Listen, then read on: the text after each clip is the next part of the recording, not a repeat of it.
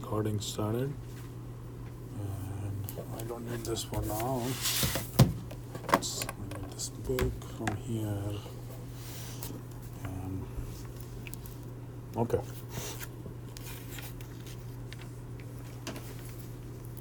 So lecture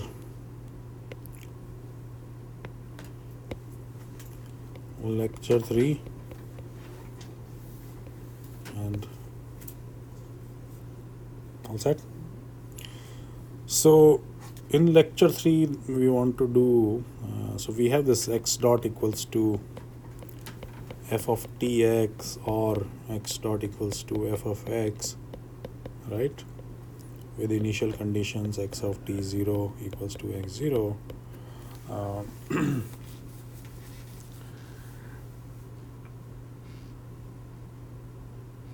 We are dealing with existence.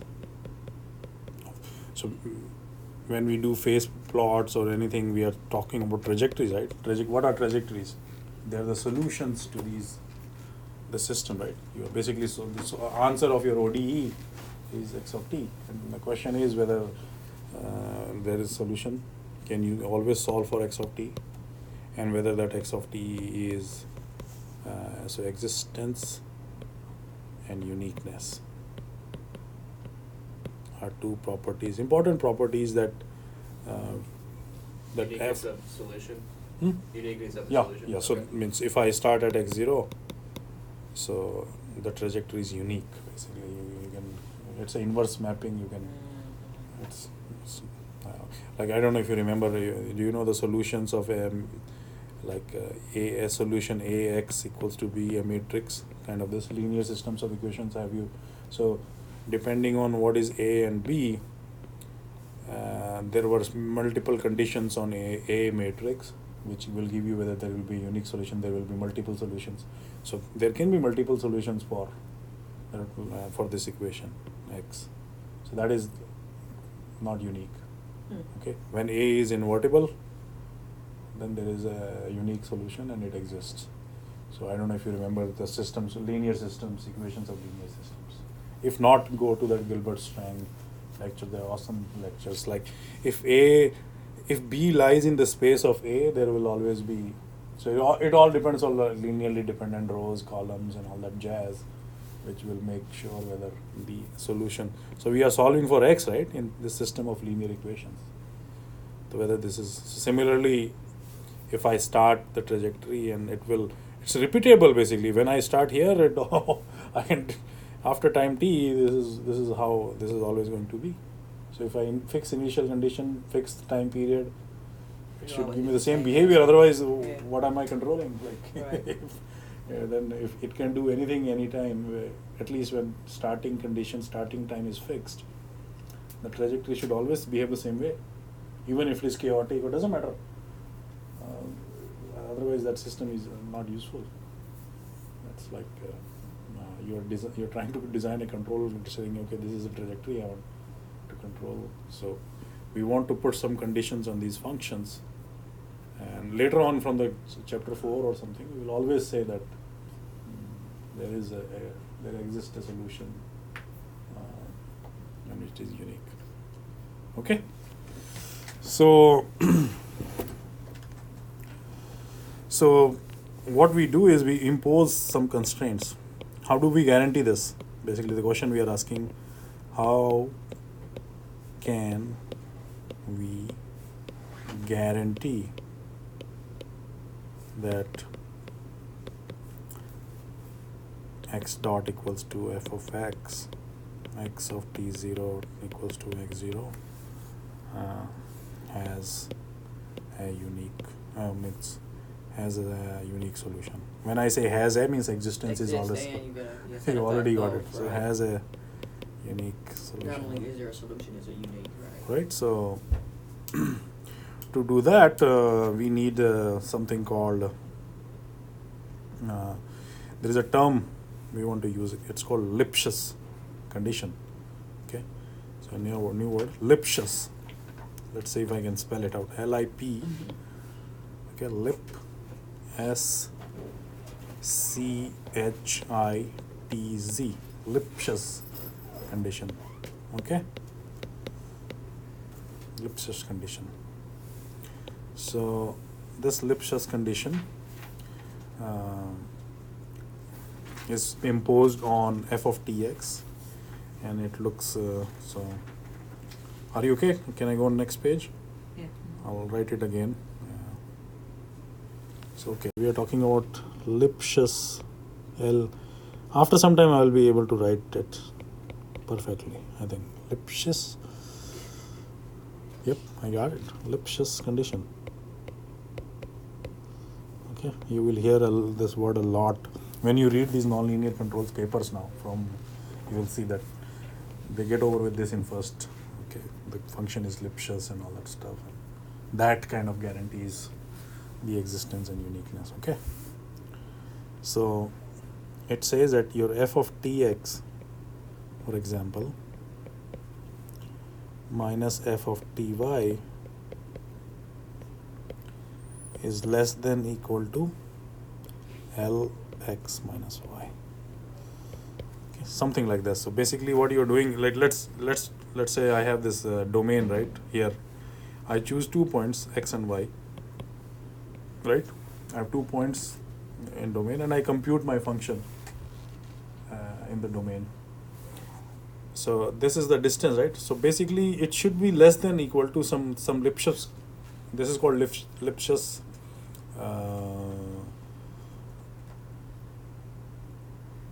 That's an L? This is That's L, a yeah. function, okay. Yeah. This is not a function, this is just a simple scalar, or it's called Lipsius Constant. Oh, it's not L. Yeah, some okay, L okay, multiplied okay. by Okay. the gotcha. norm. So this is a norm, right? We are finding the function Okay. norm.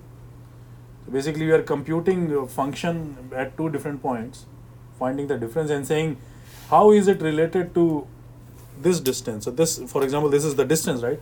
So simply it has to be less than some coefficient multiplied by Okay. that. Okay. So this is called Lipsius inequality. We'll go into more details, right? So this is called Lipsius constant or Lipsius. Okay, it's a constant. I got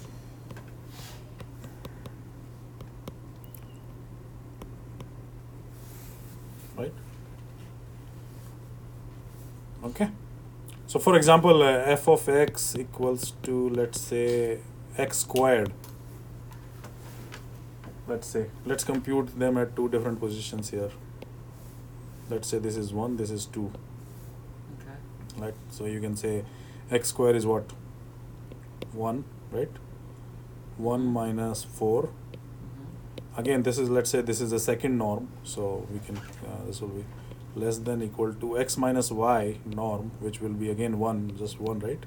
Okay. X minus y is positive. So this will be like 3. So you can always Negative get 3? Negative 3? Or does it matter? no, this because you're taking norms are always positive values, right? So Do you which remember? norm is that? Is that So you just- can any norm, doesn't matter what Okay. norm is. Let's say I'm choosing the second norm or first norm. Okay. So first norm is basically the absolute value of Okay. this quantity. So basically I'm saying 3 Okay. less than equal to 1 into some L, Right. right? Okay. But can you find a L which will always be satisfied? Because now it can happen 1 and 5, 1 and 7, right? So Okay. within that domain, can you come up with this kind of equation? I'll give you more details later, but Okay. I just wanted to explain what does this mean inside. So basically, I have to come up with an L. If you can find an L, If an L exists. which yeah. you can say that, because Lipsius conditions will be again local, global, all that stuff. Whether mhm. within this domain, can I get one L? For example, I know that my x is between minus 1 to 1, right? So you can always, then I can always come up with an L, because I know within that domain I can come up with an L. When I multiplied it, this inequality will be satisfied. Basically, what is happening? I'm changing x, right? And what is the change in the function when I change x? Right. This looks like a slope almost. Yeah, equation. exactly.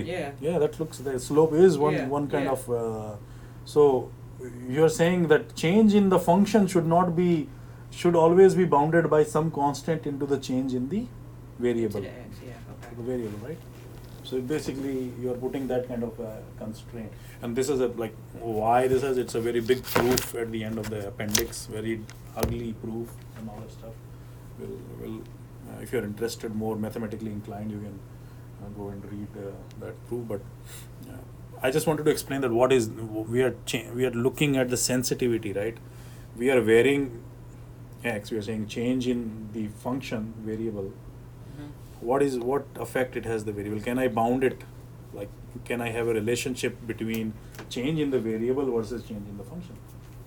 Right. So If it is given the system is linear, then how will it go to? right now it's non-linear, right? Well, what do you mean by linear? Like if we impose linearity. Yeah, linear function is always Lipsius. You can see, if my f of x equals to 2x, you will see that 2 is kind of a Lipsius thing. Oh. You see, this is already telling you that if I do 2x minus 2y less than equal to, you can say that x minus y, or at least you can come up with some number. Which will linear systems are already Lipsius, so that's why that's that problem. Here the problem occurs: x square, x cube, sine x, and all that stuff. So again, I just wanted to explain this equation for now. Like this equation, this is a Lipsius inequality, and this inequality is like the bread and butter for existence and uniqueness. Okay, seems like if you can pose this constraint, you can guarantee that solutions exist and they are unique. Kind of. Okay, not so simple right now. Let's go into more details. But I wanted to say what is the meaning of equation 3.2 there. Okay.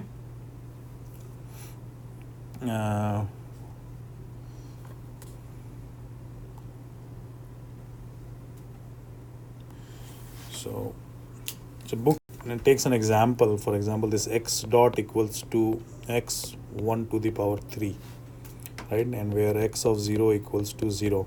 So this system is given to you. This is a nonlinear equation, right? X dot equals to x 1 to the power 3, right? So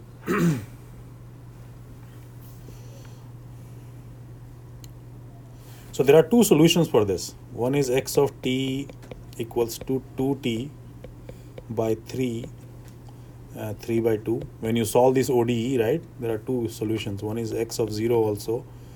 Or x of t equals to 0 is one of the solutions. So there are two solutions to this. So this is not, so you can, this is not, Not unique. not Exists, unique, but exists okay. but not unique, Okay. right? So that was the kind of wanted to make.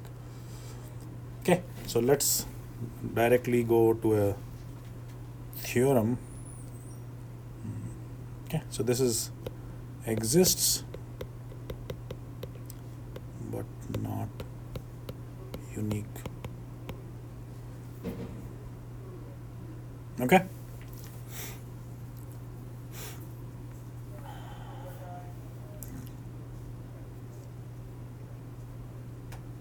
Let's go. So now there is a theorem we'll start with. There will be lots of theorems in this book, and we will be applying those theorems later on to almost every places.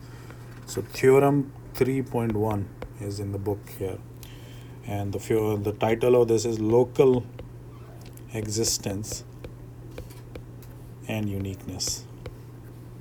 Okay, and again I'm just stating the theorem and explaining why, means the meaning of this, how can you apply it. The proof is in appendix C1, and if you're interested, anytime we can always go for that proof. Okay, but I am sure you guys will not like that. So let me write it this first. Let f of tx be piecewise continuous. At least piecewise means at least when you say between these intervals it is continuous. So you can exclude origins or place where discontinuities are. So piecewise continuous in t. So you understand this language. So we are saying that it is piecewise continuous in t and satisfy the Lipsius condition, Lipschitz, Lipsius condition of, so basically we are talking about this function here. Okay, so there are two variables, right? It is a function of t as well as x, right? So, and if it is satisfies this Lipsius condition, f of t comma x minus f of t comma y less than equal to lxy for all. Now these mathematical symbols you need, this is, let me write it for the first and last time, for all. This symbol means for all x comma y belong to b. So this is belong to, right? B, a ball such that welcome to nonlinear controls, such that Rn, this is such that st or x minus x0 is less than equal to some r, and for all t belongs to t0. So when I say, see each variable, right, we have how many, we have x, y and t, right? We are talking about three variables, and we are defining a domain that t is between t0 to t1, or x is within a ball. So what does this mean? That, so you have initial condition is x0, right? We are saying there is a ball of radius r, right? So your x can only go far up to that boundary of that ball, right? This means this, right? Less than equal to r. So boundary is also included. When I say equal to, that means this full boundary is included. So your x, when I'm taking this, right, t x minus y, when I'm choosing x and y, it has to be within this ball. So y as well, okay. Because y is just to write, say that these two, It's just another substitution another for x, yeah. two, but domain x and y are kind of same, right? Right. So I have to choose those 2 points within the circle when I'm testing this Lipsius, any two x and y from that ball. Okay, t0 comma t1. Then, so I'm writing the statement in blue. Then there exists some delta greater than 0 such that the state equation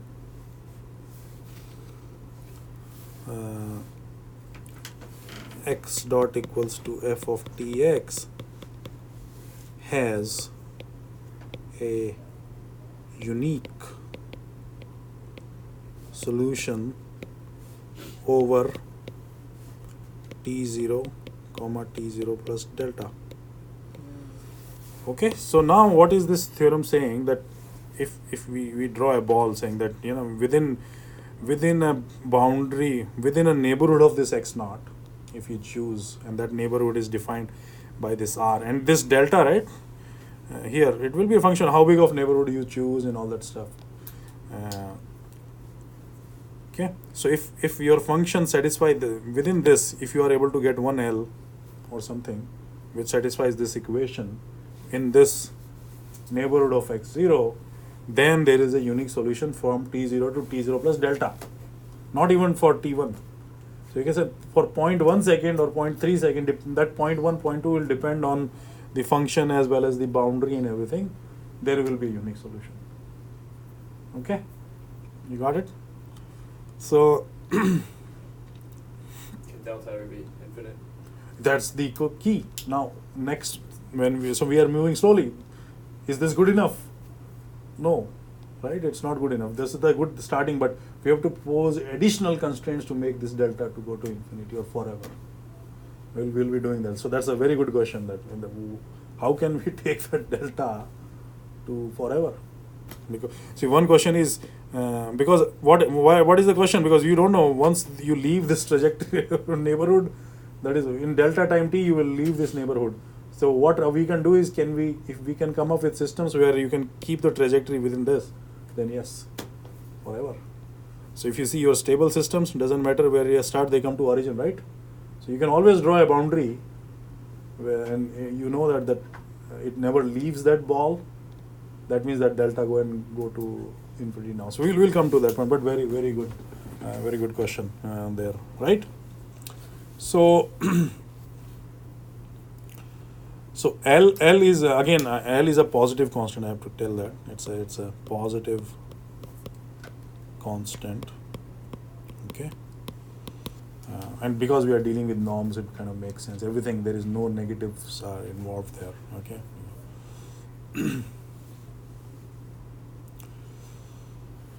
So that's one. That's the local existence and uniqueness. So you can say that locally in this neighborhood of x0, there for time delta t0 plus t delta, there will be a unique and global solution. We can take examples and show, but I just wanted to let you know. Okay. So before we go further, we want to define, again, proof is in appendix. I think it will be an interesting proof to see how can you appendix C, and you can see how ugly that proof is. C1, this is the proof here. So this goes from here to here and here. We can do this, okay? But for now, it will kind of break the flow of, or break the message that I want to deliver, okay? C1, appendix C1, okay? Previous page. Showing this in a domain is a hard thing. Like, how do I know that there will be, can I get one L which satisfies all the time, right? Because that X and Y, you can choose, one is 1 and another is 4, one is 2, 5. So getting that one general L that is true for this whole ball, that doesn't, I can choose, give one L which is, let's say, 5 or something, which is always satisfied, is a hard thing. So what else we can do? And she pointed out it looks like a kind of slope. So it is, of course, kind of related to slope also. So next, before we move further, like how do we, first of all, how this is a very hard, like if you go back to, okay, so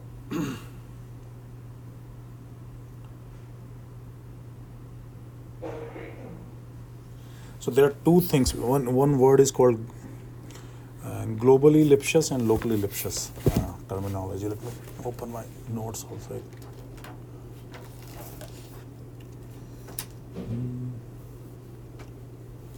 Teaching. Monday is a holiday here. Yep. Just found out. Makes me sad. They try to ease us in. This last semester, we had a full week, and that Monday was a holiday. Yeah, I think that's how. You got us till spring break. Don't fret.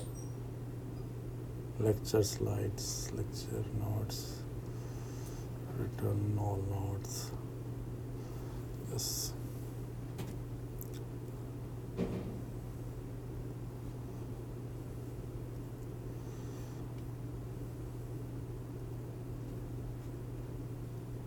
So I remember when I was preparing for my PhD comprehensive exam, there is one book which I have notes like stickers sticking here, because you need to, there are so many details on these constraints and everything, so I have to make notes everywhere. Just want to give you the proper explanation.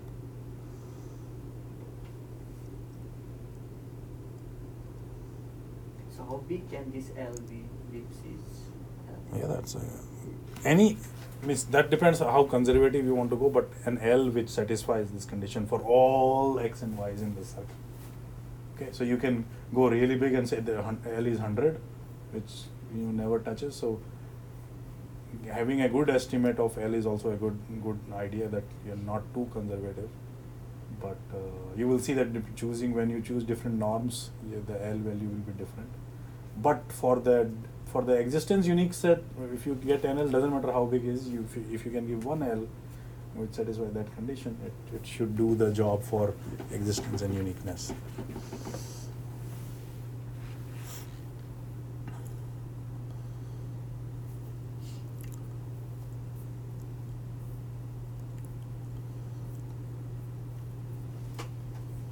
Okay, so let's talk about global Lipsiousness and local Lipsius. So Lipsiousness can be global and local, right? And you can see where that L constant is defined, right? It can be defined within a very small radius or a very big radius, or for full Rn. Rn means the whole space. If you can give one L, then it is globally Lipsius, or locally Lipsius in this small area. So let me give a couple of definitions, and then so global and local Lipsiousness, Lipschitz. Oh, I got it. Global and local Lipsius conditions. Okay. So so let me define first. F of x is locally,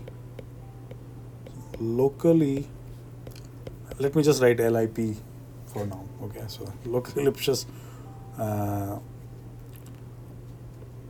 on an open and bounded set D. And in the notes there are some more definitions on like open, closed sets, boundedness in the, so that lecture is chapter 3, mathematical preliminaries, and it comes after, you will get it like in the notes right away after the chapter 2 notes. It gives you some definitions on different open, closed sets and mathematical terms, right? Okay. On set D, which is a subset of full space Rn. See, this is the big whole space. Rn is the n-dimensional full space. Okay, minus infinity to infinity in every direction, right? 10 or 100 dimension, whatever. So it's a subset. D is a subset, something like this. Like let's say this is, there should be. So this is D. It's a subset of the whole space, right? Of D belonging to Rn, if at each x belonging to D. See, this says x is in D. So any point in this D, okay, any point in this D, there exists. So this is some of there exists. Okay, the symbol here, the inverted E is there exists a neighborhood. See, when you write papers and sometimes journal papers, they give you only 4 pages, 6 pages, or there is always a page limit constraints, and so these mathematical notations are very handy when you also show you that you guys are mathematical geeks. When you write papers, you can use all, for all, there exists, in, instead of actually writing words. And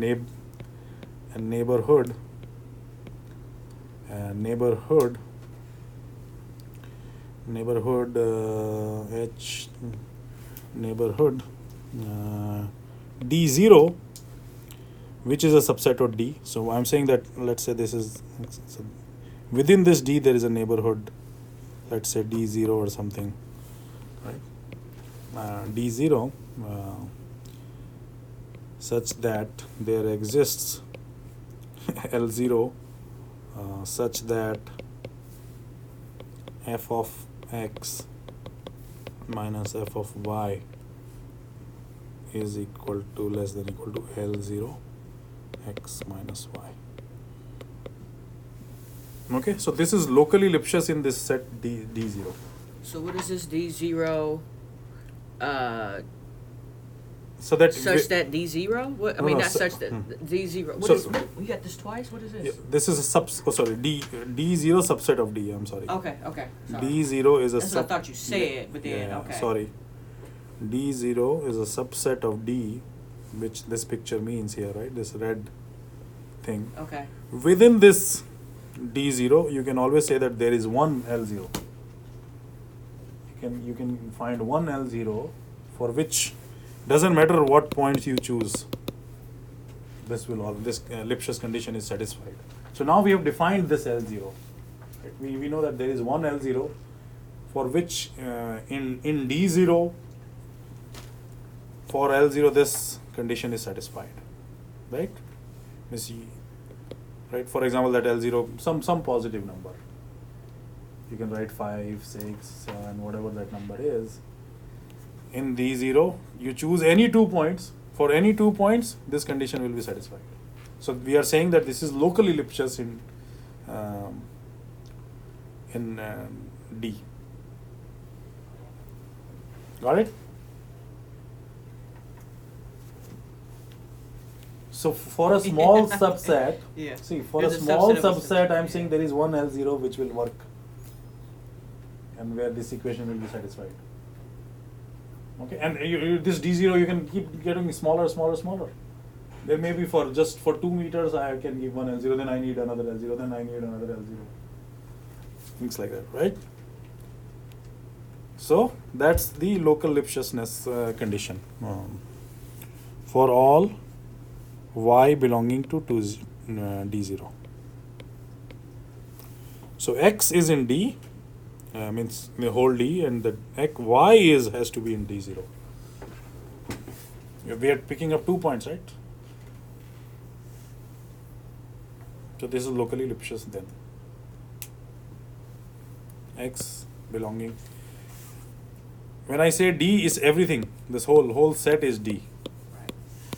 And D0 is just the inner part. Okay, got it? So that's local Lipsiusness. Again, after some time you will not, this will be very easy because we will give some mathematical ways such that we can guarantee these things. Okay, like for example, a bounded slope means something is Lipsius. Okay.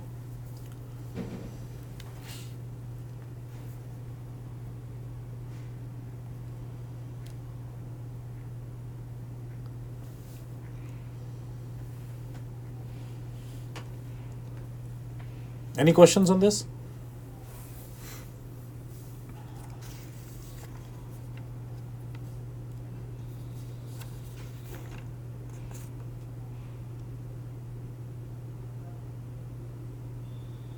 So basically domain is the bigger thing. The domain in which you can define this L is what decides the global.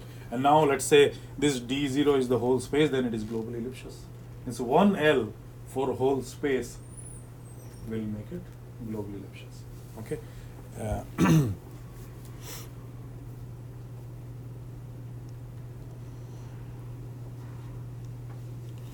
Okay, so the next is sometimes the global Lipsiusness is also called just the Lipsiusness also, right? Global Lipsius also sometimes referred as just Lipsius, because if I'm saying, because you will always give a domain associated with it whenever you are defining something that Lipsius in this domain. Okay, so in that case, the definition is if your f or your f is Lipsius or globally Lipsius on some W belonging to Rn, if f of x minus f of y is less than or equal to L of x minus y, such that for all x comma y belonging to in W. Okay, so it is Lipsius in this one. Okay, see, in that local Lipsiusness was also there could have been multiple these D0s, right? One D0. It is still locally Lipsius, but there was one L0 for this, one L0 for this, one L0 for this. What I'm saying here is that for all x and y belonging to W, there is one L, i.e. the same L works for all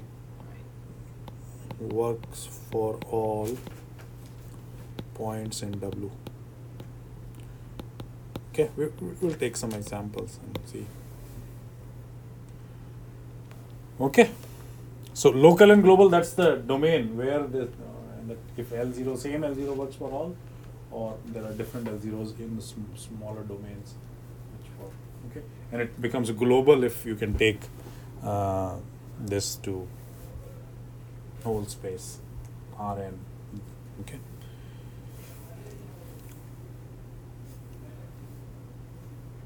So for example, right, let's take a curve here.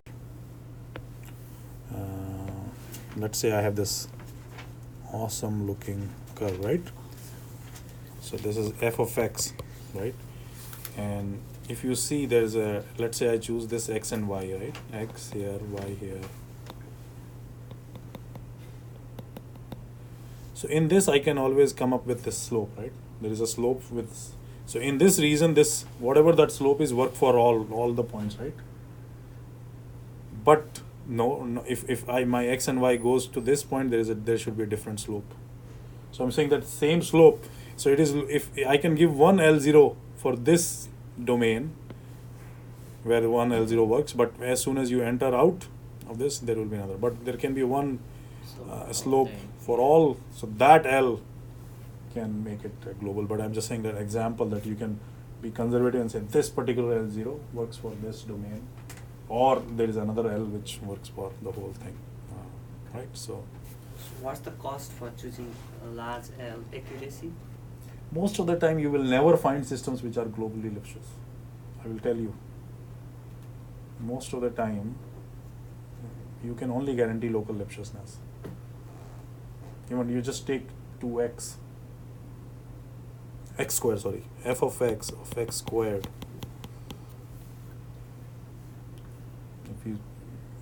If you define boundaries, then only you can find L. Otherwise, you cannot find L. In this example, like if this is a small portion, Mhm. then why not take a Yeah, big but- portion? So you can take a bigger portion, no problem.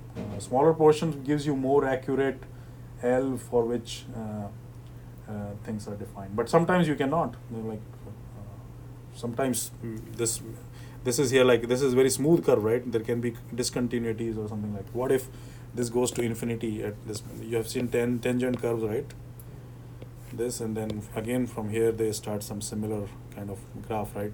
So at these points they are not even defined. So you cannot even get a general L for whole domain, because there are positions where they are not singular, they are not continuous, and at that points cannot be included in that domain because there is no L that can take infinite point in this. So if this curve was something like this, doesn't matter, there is no curve, but here I can define an L0.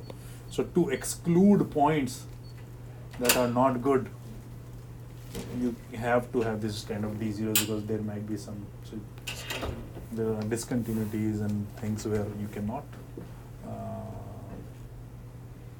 So it sounds like you wanna make, it's okay to make L as big as it can go, Yeah. as long as You you can. can guarantee, You can. right, okay. If you can. So that's a good question, very good question, because you would always want things to be global if you can, but sometimes there is no way, it's broken here, so you can get domains in parts and you have to exclude, it's like boundaries or things like that. Okay, great question.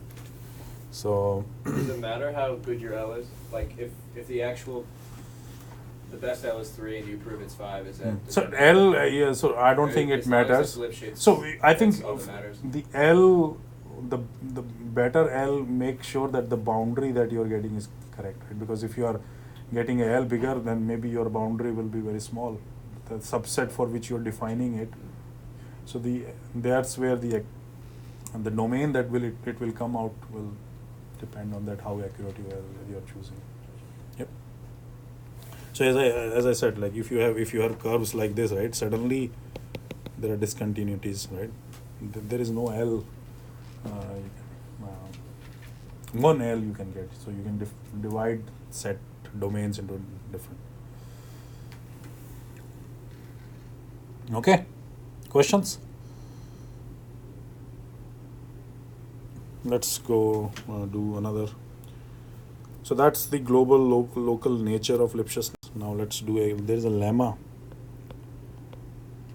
3.1 in book which says, let me just write it down, let f a comma b. Again, you will see a lot of mathematical notations here, and d. What does this mean? What's a lemma? Lemma is a smaller theorem, Okay. like which is used for theorems to be proved. Theorem is a bigger statement that you make, and Okay. lemmas are smaller Okay. kind of things that you have I shown don't that. think I've ever seen that Yeah. before. So theorems are like bigger general statements you are making, and for that very small things like, okay, for example, local Lipsiusness. Like if this is true under this theorem, then this also has to be true. No. Okay. So I would say for smaller, because what is the aim of this chapter? Existence and uniqueness, right? So for existence and uniqueness, there will be theorem that what are the conditions required for. But for that, let's say we are talking about global and local Lipsiusness, right? Because for existence and uniqueness, we need things to be Lipsius. Now how we can see that we define local and global Lipsiusness also. Is there a mathematic will say that if this is true, then system is always locally Lipsius? That is kind of a lemma, a small thing that if this condition is satisfied, okay. then you are always locally Lipsius. It's guaranteed Wow. that you will always be locally. Okay. Then in turn, then you can go and prove a bigger theorem. Wow. Okay. Good question. So so what does this statement mean here? That means f has two variables. Variable 1 comes from AB domain interval, right? And the second variable, which is like f of xy. We have f of xy, right?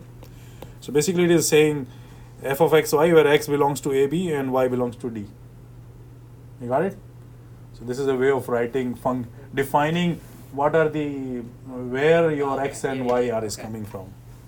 Okay. So in our case, f t comma x. So t comes from interval AB, and your x comes from D.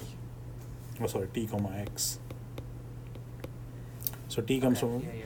So that's how you're defining, and which gives you a RM output, right? So B continuous for domain D belonging to Rn. Suppose that del f by del x exists. So now we are connecting function to its Jacobian, which is the slope, right? Del f by del x is nothing but a slope. Del f exists and is continuous on AB cross D if for a convex subset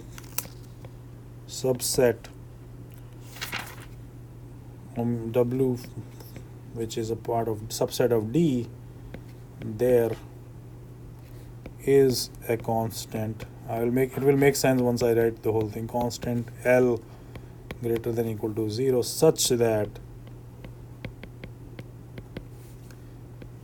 and don't get bogged down, like this is just to make our life easier when we will be doing controller designs and reading stability and all. These things will make sense suddenly because there will be a statement, oh, this is Lipsius or this, that means we are talking about the solutions and all. So don't get bogged down by the math or saying what we are doing kind of stuff, such that Get to the fun stuff. t comma x. So this will help us making fun stuff fun because then we have covered everything else. On a comma b into w, then f of t x minus f of t comma y is less than lxy. I don't know if it is already making sense, but for all t in a comma b comma x comma and when you will write papers, this is how accurate you have to be, like very accurate when you write papers. You have to define your. So what I'm saying is that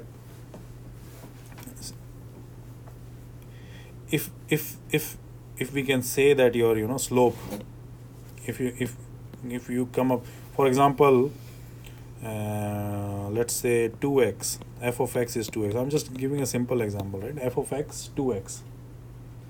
You got it, right? So when I take a Jacobian del f by del x, what is that? What that comes out to be 2. Yeah, okay. So that L is 2. The same is true for that. If this is true, then this is true. You got what I'm saying? So if del f by del x exists in a domain D, it's important that, because for example, if f of x equals to x square, right? What is del f by del x? 2x. If you don't define domain, there will be no L. What's Right? the first word on the last line? First word on the last line, for all. Oh. For all. For all, sorry. For all. That's why I think mathematical symbols for me at least make sense, because of my handwriting. At least I can write for all correctly. So the idea is saying that, if you can show finding a Jacobian and showing that if there is a slope or not, bounded slope. So if del f by del x is bounded, then this is true. So that is one way of finding L. Let me give this example here. Questions here. So all I'm here saying is that if we can come up in W, if you can show that your slope, if you can find the slope or find a bound on the slope which is L, same L can be used here, and this will satisfy this for all. This kind of way, because going and checking, that is a very hard condition, that every 2 points. But this kind of guarantees that there is no point there.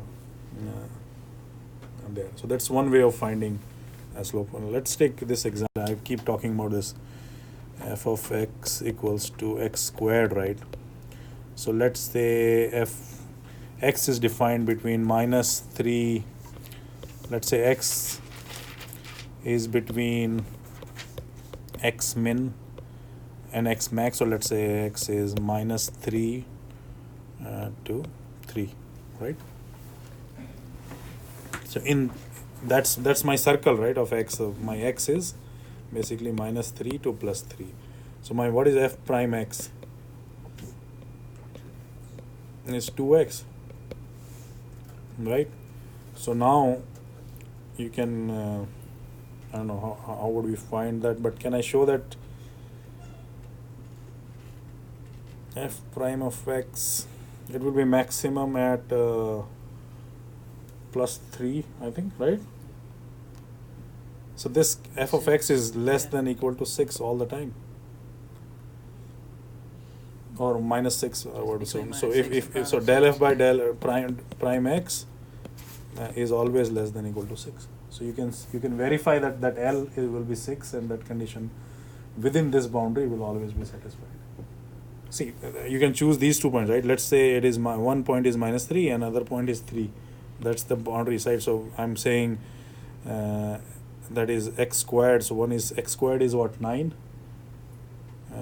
Minus y squared 9. That's 0, so not a problem. But let's say one is 0, other is 3. So 0 minus 9. Is -9, which is still less than 6. So and less than equal to 6 into 3, right? So 0 minus 3 is 18. So yes. So you will see that it is always kind of. But that domain is important. If in that 2x, if I don't have that set D, then we cannot find thing, because it's not globally. But this f of x equals 2x is globally Lipsius, because that 2 is for all conditions, right? So you got it. That's one lemma, and that shows that. So that this lemma is basically one way of finding Lipsius constants. If you can find a Jacobian and you can find bounds in that set, that's basically your Lipsius constants. Let's go to one more. What's the time? Are we done with the time? 2:30. 2:20. So it's kind of done. So we can go over a couple more in the next class, and then that should be it. After this thing, we'll directly dive to some stability definitions and how stability can be computed. But so there is a theorem called 3.2 or 3.3. That's a very interesting theorem in this same thing. We'll go over that.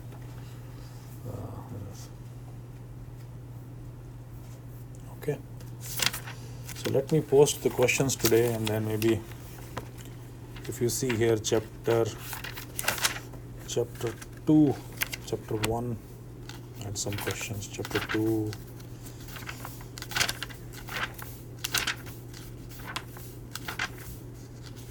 I think there are some, if you see these blue signs here, right? These are the questions you have to do. Okay. 2.1, 2.2. There's a lot. 2. Okay. And let me post it. Not all like I'm saying 2.10. But let me go over that. Okay. So, and then I will tell you what questions you need to. You can give them pictures of these unless I figure So out. you're saying you're keeping the book over the weekend? No, I am not keeping the book. Okay. I think I have a record somewhere what questions I Okay, generally okay. give for these chapters. I was gonna look at the book this week. Okay. So, but yeah, let me call this guy.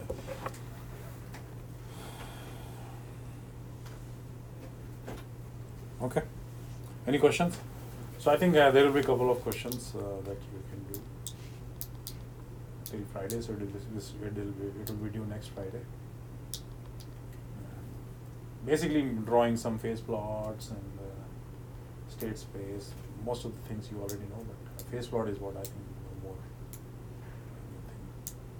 And But you said you're gonna provide yeah, us I with will. some I will software. provide Okay, software okay. too. We don't have to write it. Means I would say at least you don't write the algorithm, but I would say in paper, when you're doing some questions, you can draw rough phase plot yourself Okay. rather than then match with the software. Whether I Okay. think that would be a good idea. First draw it yourself and then Okay. match it. And again, I won't be checking homeworks. So if you have any problems, you are stuck, just come and talk to me. We can discuss in the class here. So it's your responsibility to make sure that you do things right, because then they will come in the exam and everything. Okay. So far so good. First week survived. So how many classes you are taking to Just two. more? Detection and estimation theory, Dr. Kumar? No, that didn't fit my schedule. I just have a lab. You have a lab. Yeah. Okay. Let me send these questions to you and then we'll go from there. So you will send whatever those questions, pictures are, whatever I said, just put those pictures on Canvas or Okay. something. Okay, thank you. We have another meeting, but. This is for, Yeah, the TA meeting. Oh, I thought he wasn't available on Friday. He came today. What Actually- happened? There was no seminar today? January is free. Okay, good. It will start from February onwards. Very nice. So this time it is not too much. Let me show you the homework first, Yeah. and then I will go from there. Thanks, guys. Sameer and So should I stay here for this too then? what was your name? I forgot. Scott. Yeah. Scott. Yep. Drew. Scott. Either one. Drew is name or Scott is name? Drew Scott. Drew Scott. Oh, somehow I You Scott. got two first names. I remembered the Scott Drew, so somehow Everybody does. reversed Okay. it. So Drew. Yep. Thanks. Thanks.